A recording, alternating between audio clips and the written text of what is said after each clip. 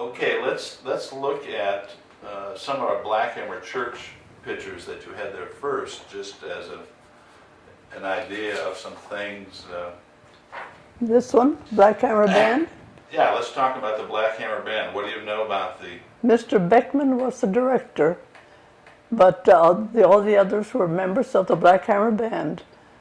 My oldest brother, Chris, played the cornet, and my cousin, Alpha Onsted Krogh, played piccolo. I recognize most of the people on here. I don't remember all their instruments by any means, but they used to play for ice cream socials in the summertime and things like that. Would they have played at the bandstand in Spring Grove? Would they have played? They may have played at the bandstand. Or was there a bandstand in Black Hammer? No, there never was one there. Okay. This is a picture taken in 1899 of the Spring Grove. It's a synod meeting. And all these are pastors and professors, at least so they're labeled at the bottom of the picture. So they wouldn't all be Spring Grove people? No, these are most likely Spring Grove. No, they're visitors from other... Visitors from other It's churches. amazing, yes. There are that many. And the way they had to travel in those days, in 1899, they would have to come by horse and buggy. Okay. Okay. This is my mom and dad's wedding picture. Peter and Georgina Soldal Onsted, married November 26, 1905. And Pastor Kasberg was the pastor who married them. And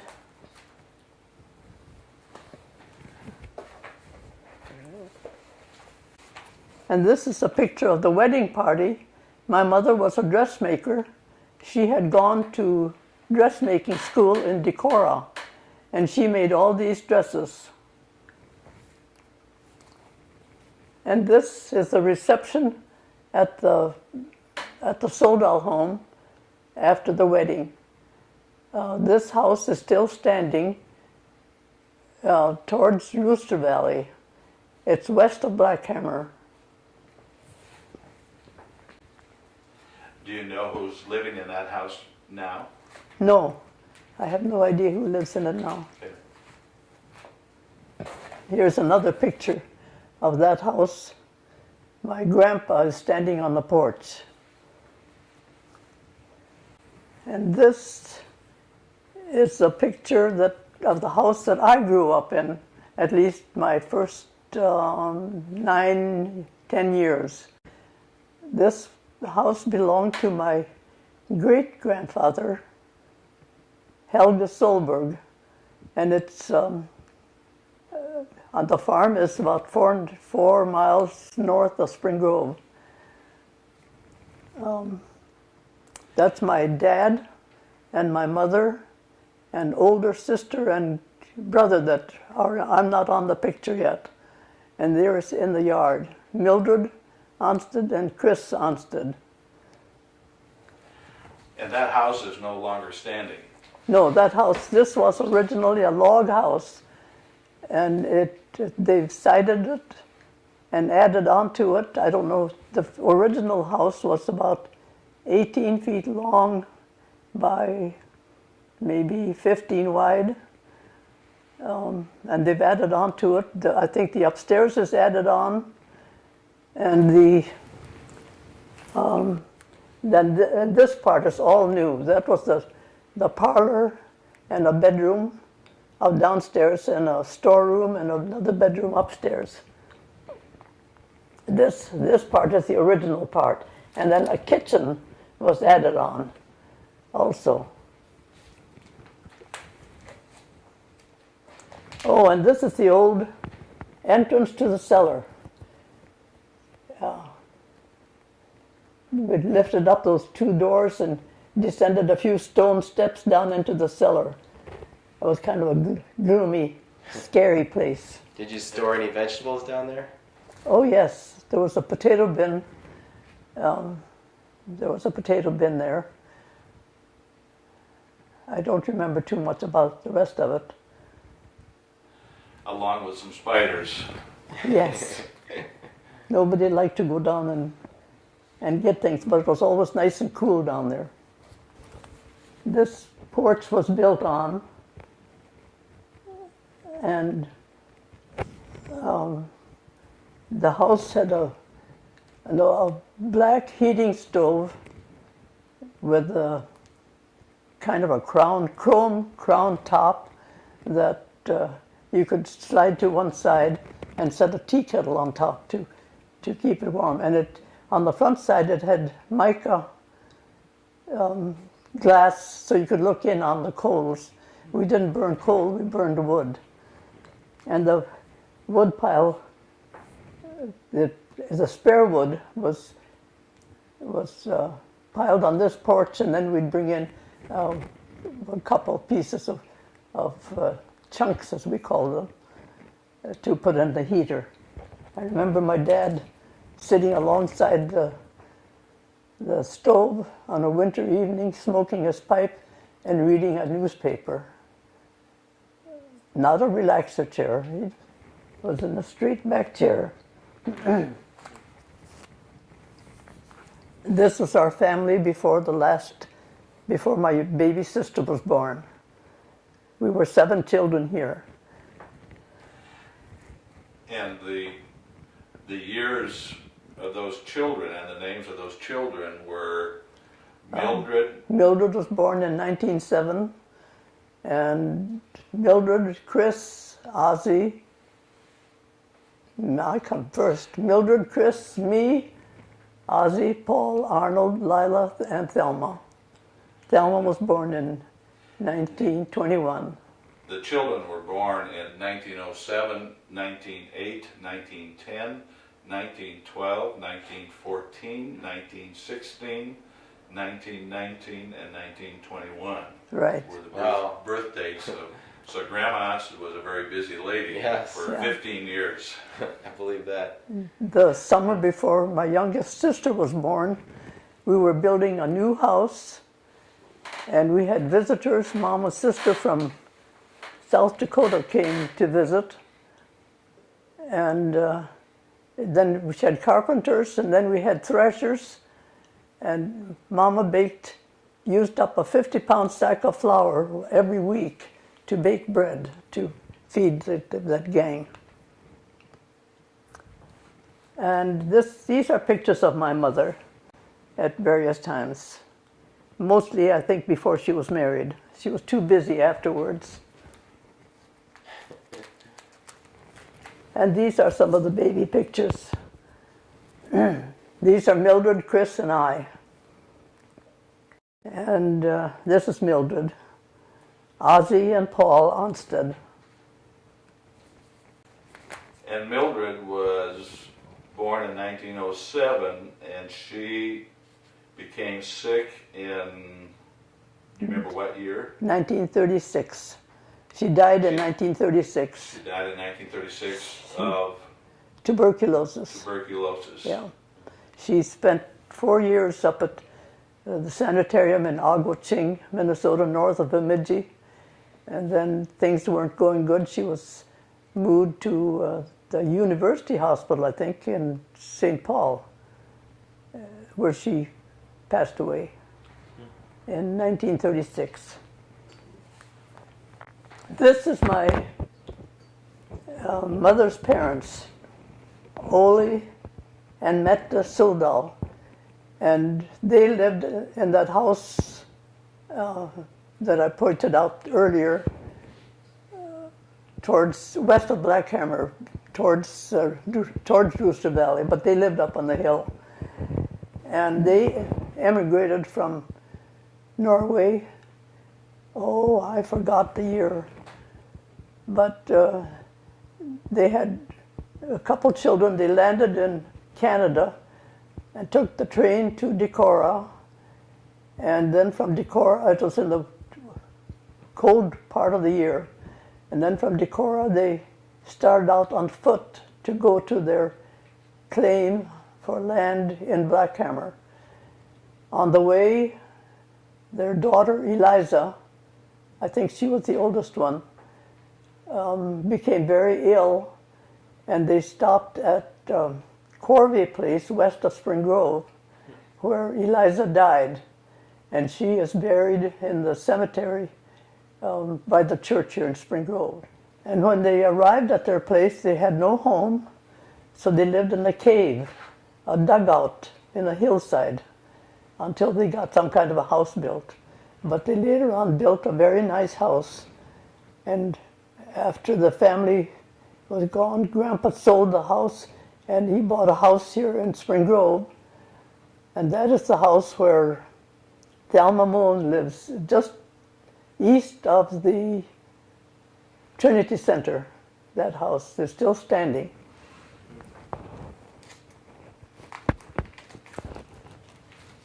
These are pictures of my dad. My dad was the oldest one in the Kristen and Olena Onsted family. And my grandpa Onsted died at the age of 40, also of tuberculosis. He died in 1900. And so Grandma Onsted was left with 10 children. She had 11. And Grandpa, my dad, was the oldest of the family. And at the time his father died, he was going to school in La Crosse, business school. But he had to come home and tend to the farm. Oh, this is a picture of all of us. Starting with, Chris was taller than Mildred, even though she was 2 years older. But anyway, it's Chris and Mildred.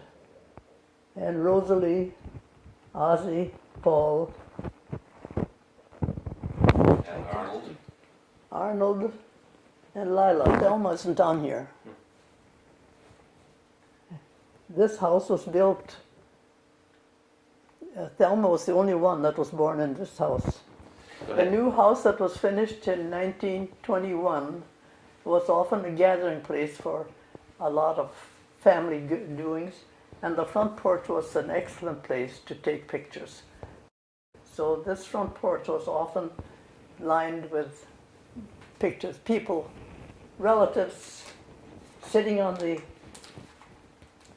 we didn't have a regular railing, we had a flat board. It was a seat that we sat on. And that house is still standing in Blackhammer Township. But unoccupied at this time. It's what one? It's not occupied. Yes, it's unoccupied. And this is my brothers and sisters and some neighboring friends. On Sunday afternoons, we often went for a joyride, we called them. Just drive around the countryside. And these are some more pictures of gatherings on our front porch. Both of these.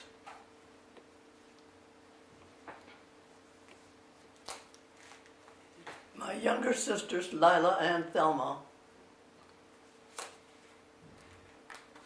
And here's my grandpa Soldal that emigrated from Norway, lived in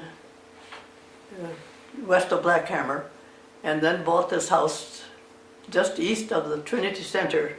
And he's seated here by his table reading the Decora Posten. Do we know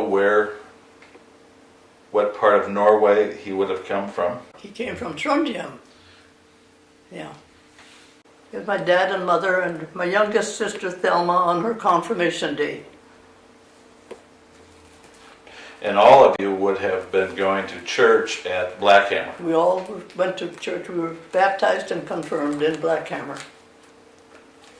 Which was... Even though we lived closer to Spring Grove, but we always drove to Blackhammer because that was the church that my Grandpa Onsted, Grandpa Chris Onsted, helped build and get ready for the people. How about if we go back and talk about growing up on the farm? Growing up on the farm, down by the old house, I remember Mama had a wonderful spot for a garden because it was on the edge of the woods and the soil was just really fertile and loose and black. It was a wonderful place for a garden. We had no indoor plumbing. What else but the old house? We had a strawberry bed in the front yard. It wasn't unusual to run into a rattlesnake when we went out there to pick. We were on the edge of the woods. In the new house. The new house, which was built in 1921? Yes, built in 1921. Thelma was born on Christmas Day in 1921. So we had just moved into that house that fall. And do you remember that Christmas when Thelma was born? Oh yes, I sure remember that Christmas. I was very naive. I had no idea my mother was expecting a child. And we came down Sunday on Christmas morning, and my dad said I had a new baby sister. We had a hired girl at that time. But anyway, my mother had all the clothes laid out for all of us children, and we all went to church on Christmas Day with my dad, and we were so proud to be able to tell people that we had a new baby sister, Thelma Julia Louise. I remember that day. The hired girl stayed home with my mother and the new baby.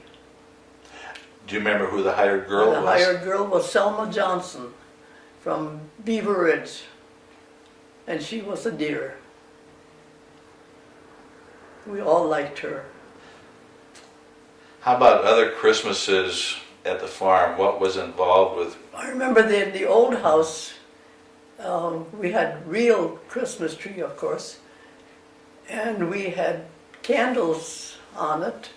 They were real candles in a little tin holder with a pincher that fastened onto a branch, and we lit all the candles, but all that while my dad would circle around the tree watching for anything that might, if there was a fire or something. I remember one time my sister was older then, and she prepared a little program. I suppose we'd had pieces to speak at the school program, so we spoke them again for our own benefit. And I remember what mine was, although I can't recite it, but I remember I had to wear a black stocking with a hole in the toe because I was concerned that that hole in the toe wouldn't hold the gifts that Santa might bring. And so what type of gifts, were there gifts for all the children every Christmas? There would be a gift for all the children, but nothing very elaborate. I liked dolls, so I'm sure that there were occasionally I'd get a new doll. But I remember one thing that we thought was really, really great, and that was for the whole family, where we had a alley and bowling balls, and we'd snap a steel ball at one end and we'd set the bowling balls up here and the bowling pins and see how many we could knock down. And we thought that was wonderful. So growing up as kids with that big of a household, I'm assuming that everybody had chores to do? Oh yes. Lucky me though, I had one older brother, and following me, I had 3 brothers, so I never had to do much chores. I did have to pick eggs, go down in the chicken coop and pick eggs. I rarely had to milk. The times that I had to milk was when the boys were busy with other things. I never had to do a lot of outside chores. How about the inside cooking? Oh yes, of course we had to cook. And we had to wash dishes because we didn't have dishwasher. My older sister would wash and I would dry. And sometimes we would argue and my mother would come and shove us aside and do it because she didn't like to listen to us arguing. So then going to school, where did you go to school? I went to school in what was then called Solon School, District number 74. It was a little one-room school. I started school in 1915 or 16? You would have been 5 or 6? I started when I was not quite 6 years old. My birthday was in October and I started in September. And we had to walk a mile to get to school. In the wintertime, we learned to ski. And I remember sometimes the snow would be so deep that we could just ski over the top of the fences. And following the road, it was a mile to walk. But if we could go across kitty corner across the fields, why it was much closer. And this school would have been just north of the Four Corners? The school, no, the one-room school stood at the Four Corners. Oh, right at the Four Corners. At the Four Corners, on one of the corners. In Blackhammer. Mm-hmm. And on a corner of the Adolf Solon farm. Okay. And it was a school for... Oh, we had big boys come there.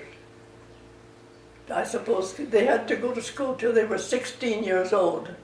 So we had some big boys. But they were all good people. I remember there were some grand, G-R-A-N, boys. They lived east of the school. And who was a teacher? The teacher, my first teacher was Bertha Anderson from Houston. And other teachers that I had was Ruby Rollins from Caledonia and Mariah Carlsbrotten from Spring Grove, from Blackhammer. Mariah Carlsbrotten, Mariah, yeah. I didn't have too many country school teachers because I didn't stay in country school very long. I learned to read before I went to school because my older brother and my older sister brought their books home. And the book that they brought home was The Little Red Hen That Could.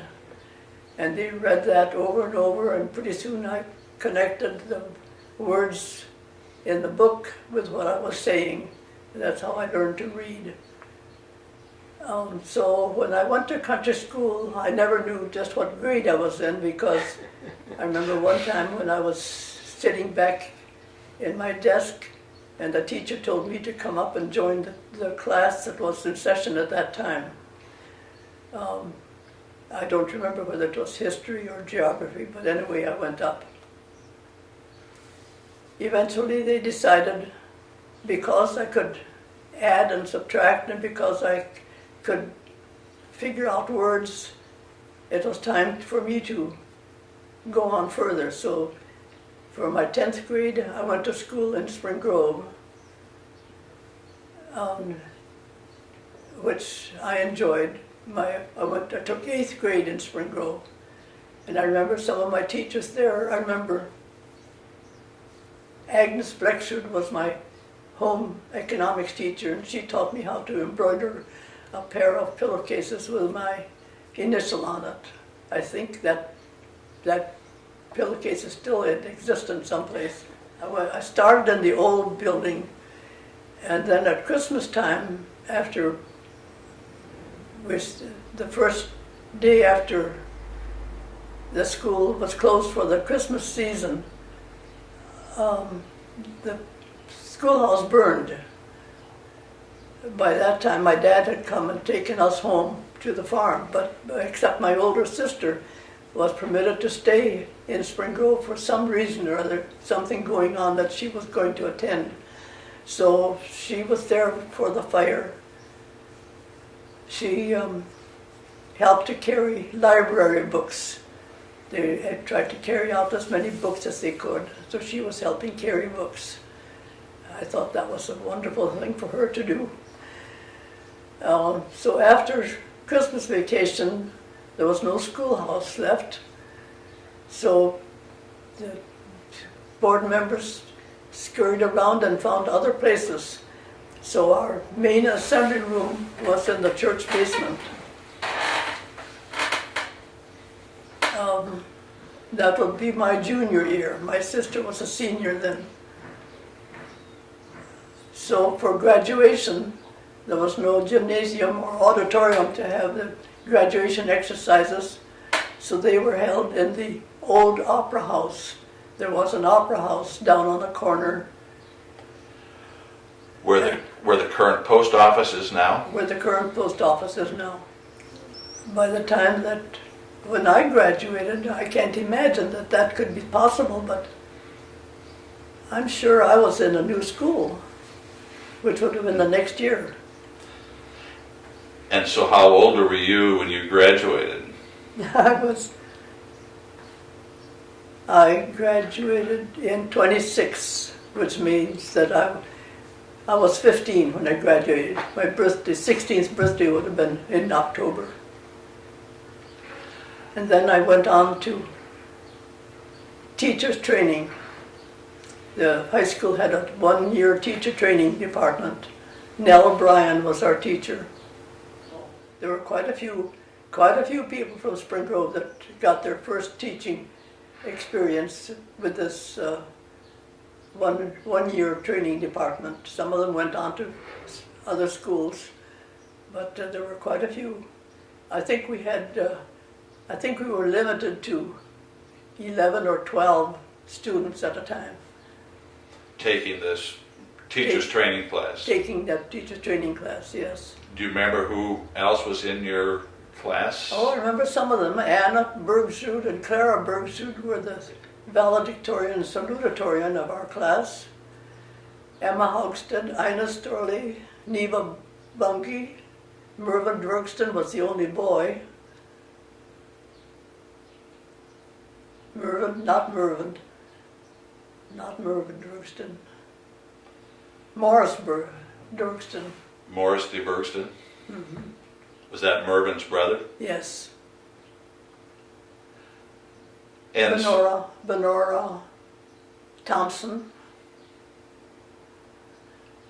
I think there was only one boy in our class. So after you completed, you had a graduation then of that teacher's training class, and that was in May or June of the following year? Yes, I don't remember that. I don't remember the graduation at all, whether that was at the same time as the seniors graduated or not. I don't remember that. And then, now that you were certified to be a teacher, that first fall, what did you do? I got a school north of Blackhammer, right along the highway, the Benson School. And it was called the Franklin School, but that school was closed eventually. I remember that brick building. I had a mile to walk to get to that brick building. I had to build a fire.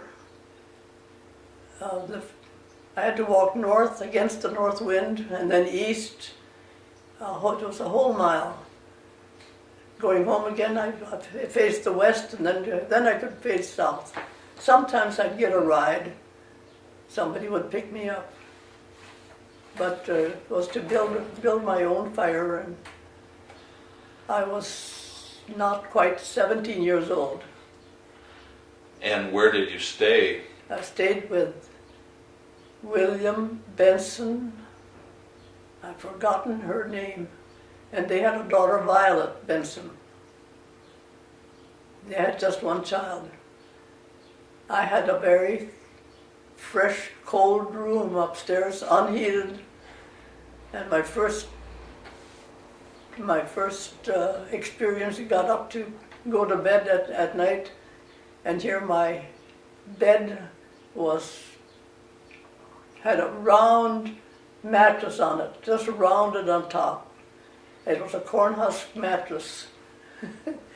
I had never seen one before, but I went to bed in it, and I made myself a cozy little hole right in the very top of it, and I was very comfortable. I slept well, but I had washed one of these fancy wash basins and pitchers that they show for bathroom, and my water would be frozen in the pitcher in the mornings. It was that cold. But I was healthy. How many students? I had 6 students, I think, the first year. I had Harold and his brother Leary, Harold Leary and his brother, Lloyd Tesmer, Hazel, no. I had one girl, but I can't just see her name now. Ted Ransenberger, Leo Klankowski.